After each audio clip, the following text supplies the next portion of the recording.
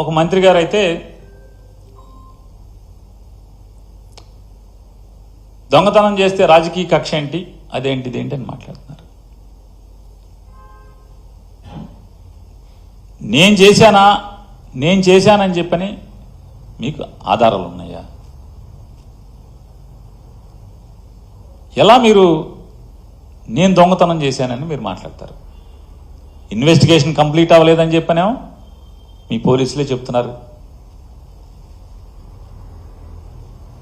Already నిన్న case dairy కోర్టుకి ఇచ్చి దాంట్లో కూడా ఈ విషయాలు ఏం మాట్లాడలేదని చెప్పని అంటున్నారు. ఇవన్నీ మీడియాలో వచ్చినాయి, నేను కాదు. నేను కోర్టుకు వెళ్ళలేదు. అన్నీ కోర్టు వ్యవహారాల దగ్గర నుంచి పోలీసులు ఏం చేయాలి, ఎవరేమనుకుంటున్నారు, మీరు ఎందుకు ఈ చేయరు అవి చేయరు అని కూడా రాసేటండి పెద్దలందరినీ కూడా నేను అడుగుతున్నాను ఒక మాట.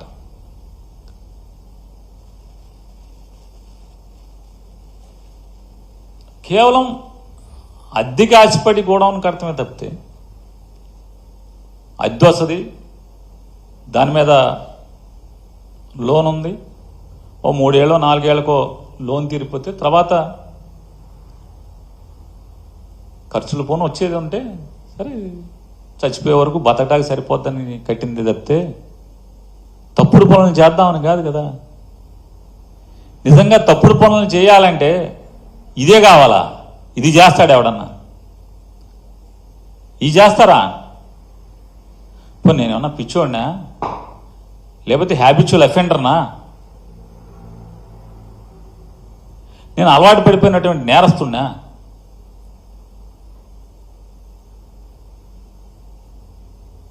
మంత్రిగా, ఈ రాష్ట్రానికి మంత్రిగా నేను పనిచేసినప్పుడు వెనకలికి పెద్దలు చెప్పిన సామెత ఉంటుంది కదా, మంచోడి మొహమాటం మాంసం కూర ఉన్న దగ్గర, భోజనం దగ్గరను చూడమని చెప్తారు. అంటే నాన్ వెజిటేరియన్ తినేవాళ్ళలో సామెత అది. నేను మంత్రిగా పనిచేశాను కదా, ఇవాళ ఉన్నటువంటి డీజీపీ గారు నేను కలిసి పనిచేశాం. ఆయన ఆర్టీసీ ఎండీగా, నేను రవాణా శాఖ మంత్రిగా. నేను వారి అంతరాత్మనే ఒకసారి అడగమంటున్నాను.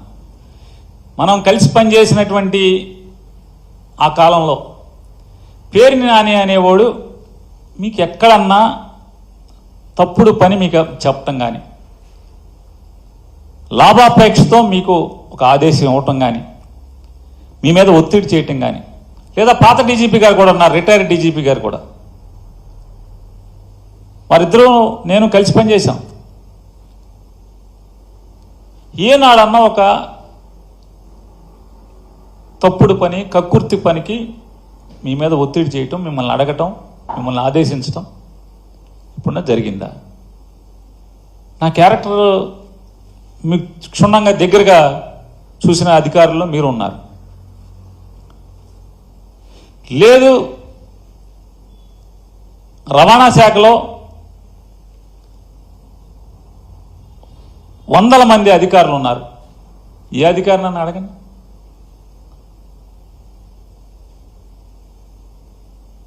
ఇవాళ నా గురించి చెడుగా మాట్లాడుతున్నటువంటి ఒక మంత్రి గారు,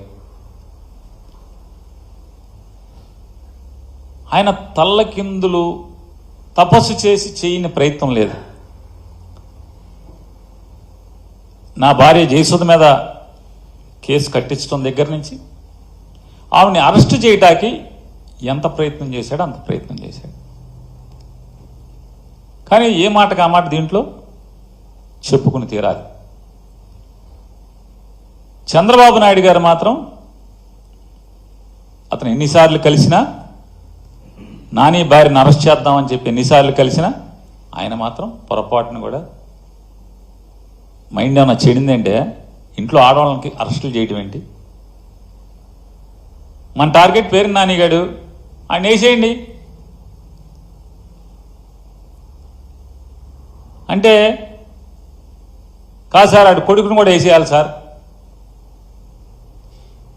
సరే నీ కక్ష ఆడి కొడుకు మీద కూడా ఉంటే ఇద్దరిని కలిసి చేసేయండి, అంతేగాని ఇంట్లో ఆడవాళ్ళ మీదకంటే తప్పుడు పనులు అని చెప్పని ఆయన నడుచుకుంటూ వెళ్ళిపోయారు.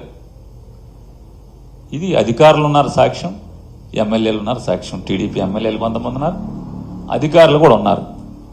నాదెండ్ల మనోహర్ గారు కూడా పక్కనే నుంచుని ఉన్నాడు ఈ కాన్వర్సేషన్ జరిగినప్పుడు. తప్పే ఉంది, రాజకీయ వైరం మాకు చంద్రబాబు నాయుడు గారికి ఉంది, కానీ ఆయన హుందాగా ప్రవర్తించినప్పుడు చెప్తాం తప్పే ఉంది. ఇవాళ రాజకీయ కక్ష లేదని మాట్లాడతారు. రాజకీయ కక్ష లేకపోతే సరాసరి మేనేజర్ మీద నా మీద ఇప్పుడు జరిగే ప్రయత్నం అదే కదా. రేపో ఎల్లుండో, ఎందుకంటే 2వ తారీఖు స్క్వాష్ ఏదో వేసినట్టున్నారు మేనేజర్ ఇంట్లో వాళ్ళందరూ. 2వ తారీఖు ఏదో వాయిదా పడినట్టు ఉంది. 2వ తారీఖు లోపు ఎక్కడన్నా గాలించి ఆ మేనేజర్ని తీసుకొచ్చి అతనితో బలవంతంగా 4 పీకో 10 పీకో తెలకాయితల మీద సంతకాలు పెట్టించి నా పేరు రాసుకుని నన్ను అరెస్ట్ చేయడమే కదా ఇక మిగిలి ఉన్నది. మనకు అర్థమవుతున్నది కదా, నన్ను నా కొడుకుని ఇద్దరిని అరెస్ట్ చేయడమే కదా ఇక మిగిలి ఉన్నది. కానీ ఇంట్లో ఆడవాళ్ళ జోలికి వెళ్తాం ఎంతవరకు అని అడుగుతున్నాను నేను అబద్ధం చెప్పాల్సినటువంటి పని లేదు. ఇది 100%, 100కి 100% జరిగింది. కావాలంటే అది బాగోదు కాబట్టి ఏ తారీఖు ఎన్ని గంటలకి ఎక్కడ కూడా నేను చెప్పగలను. ఈ కాన్వర్సేషన్ జరిగింది. చంద్రబాబు నాయుడు గారు ఆడవాళ్ళని అరెస్ట్ చేయడం అంటే ఇంట్లో ఆడవాళ్ళని అరెస్ట్ చేస్తారండి, బుద్ధి లేదా అని తిట్టినా కూడా బెయిల్ రాకుండా విపరీతమైన డిలే ప్రయత్నం చేస్తూనే వచ్చారు. 13వ తారీఖున బెయిల్ పిటిషన్ మూవ్ చేస్తే ఉద్దేశపూర్వకంగా పీపీల్ని మార్చి పీపీల్ని సెలవులు పెట్టించి 27వ తారీఖు వరకు అది కూడా బలవంతంగా జడ్జి గారు నేను ఎట్టి పరిస్థితుల్లో వాయిదా ఇవ్వను ఇవాళ చేసేస్తాను అని చెప్పిన తర్వాత 27వ తారీఖు చేయాల్సిన పరిస్థితి వచ్చింది. అలాగే 10వ తారీఖున ఎఫ్ఐఆర్ అయితే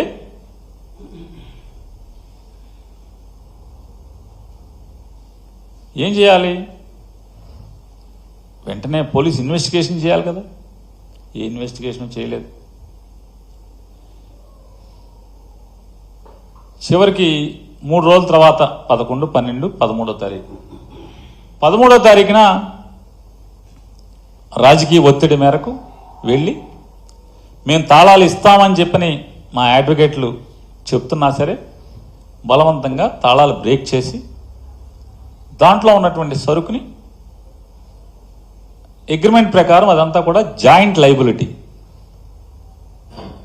సివిల్ సప్లైస్ ఏదైతే ఆ గోడౌన్లో దాచినటువంటి ప్రతి బస్తా జాయింట్ లైబిలిటీ. సివిల్ సప్లైస్ అధికారులు, గోడౌన్ యాజమాన్యం ఇద్దరు జాయింట్ లైబిలిటీ. జాయింట్ లైబిలిటీ అన్నా సరే, తాళాలు మేము ఇస్తాము తీస్తామన్నా సరే తాళాలని బ్రేక్ చేసి ఏంటయ్యా అంటే ఆ తాళాలు బ్రేక్ చేయటం వెనక ఉద్దేశం ఏంటంటే వెంటనే లీగల్ టీం వెళ్ళారు, మొత్తం ఆశాంతం వీడియోలు తీస్తున్నారు. తాళాలు ఇస్తామన్నా సరే తాళాలు బ్రేక్ చేశారు.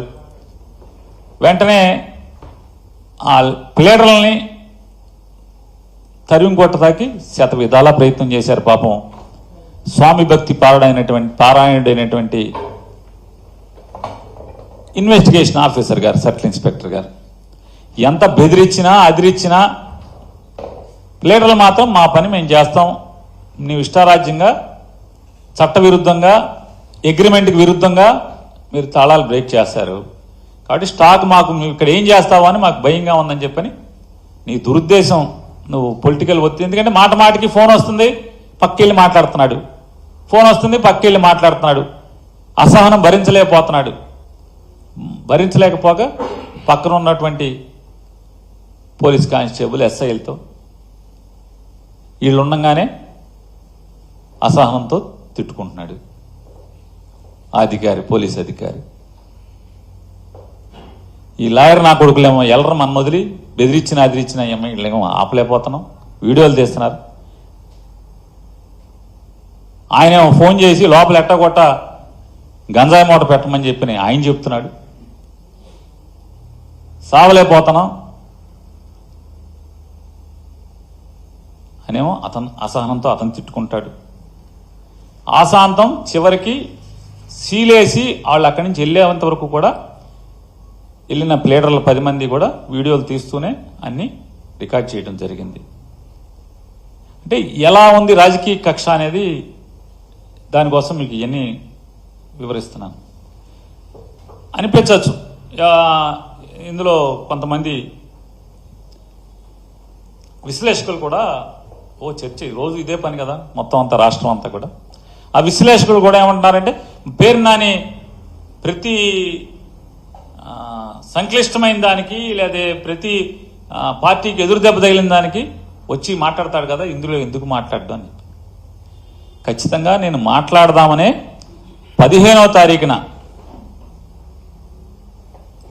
తారీఖున బందర్లో 15, 16, 17 3 రోజుల నుండి మాట్లాడతాకి మీడియాని ఏర్పాటు చేసుకుని ప్రపంచానికి ఏం జరిగింది, నా తప్పు లేదని చెప్పే ప్రయత్నం చేస్తే నా భార్యకి బెయిల్ ఆర్గ్యూ చేస్తున్నటువంటి కేసు టేకప్ చేసినటువంటి అడ్వకేట్లు నా దగ్గరికి వచ్చి కోర్టులో బెయిల్ ఆర్గ్యుమెంట్స్ ఇంకా అవ్వకుండా